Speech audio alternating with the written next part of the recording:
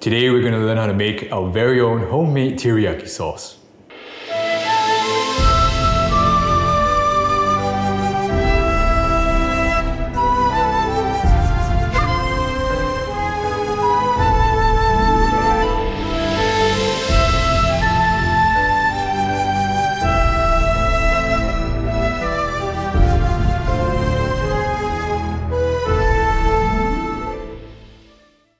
Teriyaki sauce is one of my favorite ingredients to keep in my home pantry, so upon popular request, I've decided to put together today's video to show you how you can make your very own homemade teriyaki sauce with the intention to show you how you can use it to make teriyaki based dishes in the future such as teriyaki chicken and teriyaki salmon. If that sounds interesting to you, do consider subscribing to this channel so you can stay up to date with all my latest recipes. At its core, homemade teriyaki sauce only contains 4 ingredients and they are soy sauce, sake, mirin and sugar. Before we dive into how we can put all these ingredients to form our own homemade teriyaki sauce, I wanted to share with you some tips to consider when you're shopping for your ingredients. When selecting my soy sauce, I like to go for one that's naturally brewed such as this, and I always look up for the ingredient list to make sure that it only contains 4 ingredients, and that's water, soybeans, wheat and salt. So there are other types of soy sauce that contains more than these 4 ingredients, and they do contain ingredients such as acidity regulator, sodium benzoate, disodium isocyanate. I don't even know what these ingredients are,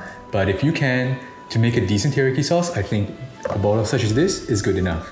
Next we have sake, which is a form of Japanese rice wine.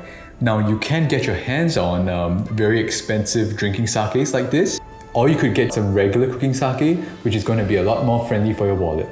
As for mirin, which is a type of seasoned rice wine, I like to use mirin, which is supposed to be translated from Japanese to mean real mirin. This bottle I have here actually calls itself mirin seasoning, so I don't think it's the real thing. So I would always try to go for mirin if I can, such as this, which says it's made up of glutinous rice, alcohol and koji. Now just because the bottle calls itself mirin doesn't mean it's made of the best ingredients. So this bottle of mirin is actually predominantly made up of glucose syrup. So between these two, I would definitely go for this one. Lastly, we have sugar. Most recipes will actually call for regular white sugar. I personally like brown sugar. You could use whichever you want, but I think brown sugar helps add a little bit more flavor and maybe a bit of color as well. And now it is time for us to put this recipe together. So start by measuring out 1 cup of soy sauce, 1 cup of sake, 1 cup of mirin, and 4 tablespoons of sugar. Next, add all our ingredients into a small pot, and we're going to turn up the heat to medium. As the sauce gently heats up in the pot, feel free to use the ladle to give it a good stir to help the ingredients combine. And before you know it, you'll see steam forming from the pot and the sauce will start to simmer. Make sure you don't allow the sauce to come to a boil and lower the heat if you have to. After about 10 to 15 minutes, take the pot off the heat and allow it to cool completely. Once cooled, you can store the sauce in a bottle of your choice, and you can use a funnel to avoid making a mess. Now you can seal up your bottle and keep it in the fridge for about 3 to 4 weeks.